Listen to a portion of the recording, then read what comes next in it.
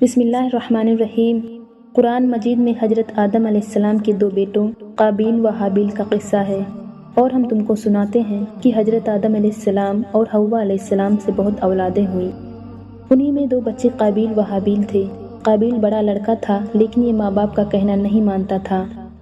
حابیل چھوٹا بھائی تھا جو ماں باپ کا کہنا مانتا تھا۔ اقلیمہ نام کی ایک لڑکی تھی جسے قابیل شادی کرنا چاہتا تھا، مگر حضرت آدم علیہ السلام و حوا علیہ السلام اس کی شادی اپنے چھوٹے بیٹے حابیل سے کرنا چاہتے تھے، جو نیک اور شریف تھا۔ اس لیے قابیل اپنے ماں باپ اور بھائی کا دشمن ہو گیا۔ اللہ تعالیٰ نے حکم دیا کہ تم دونوں قربانی کر کے پہاڑ پر رکھاؤ، جس کی قربانی قبول ہوگی اسی سے اقلیمہ کی شادی کی جائے گی۔ اللہ تعالیٰ کو اپنے نیک بندے بہت پسند ہوتے ہیں، وہ ان کی مدد کرتا ہے۔ آسمان سے ایک آگ آئی اور حابیل کی قربانی کو لے گئی، یعنی حابیل کی قربانی قبول ہو گئی۔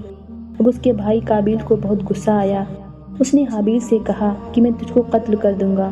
حابیل نے کہا، اللہ نیک بندوں کی قربانی قبول کرتا ہے، اگر تم مجھ سے لڑو گے تو میں تم پر ہاتھ نہیں اٹھاؤں گا۔ آخر ایک دن قابیل نے حابیل کو قتل کر دیا۔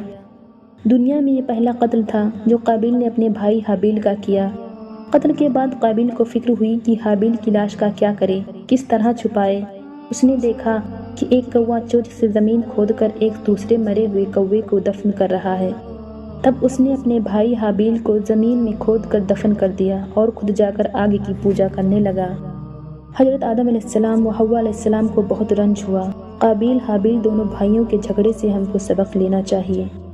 ہمارا حقیقی بھائی یا مسلمان بھائی اگر ہم پر زیادتی کرے تو بہتر یہ ہے کہ ہم صبر کریں اور اپنے بھائی پر ہاتھ نہ اٹھائیں۔ قابیل نے اپنے بھائی کو قتل کیا۔ قیامت تک لوگ اس پر لعنت کرتے رہیں گے اور آخرت میں اللہ کے عذاب کا مستحق ہوا، اور حابیل کو قیامت تک لوگ اچھا کہتے رہیں گے اور جنت کا وارث ہوا۔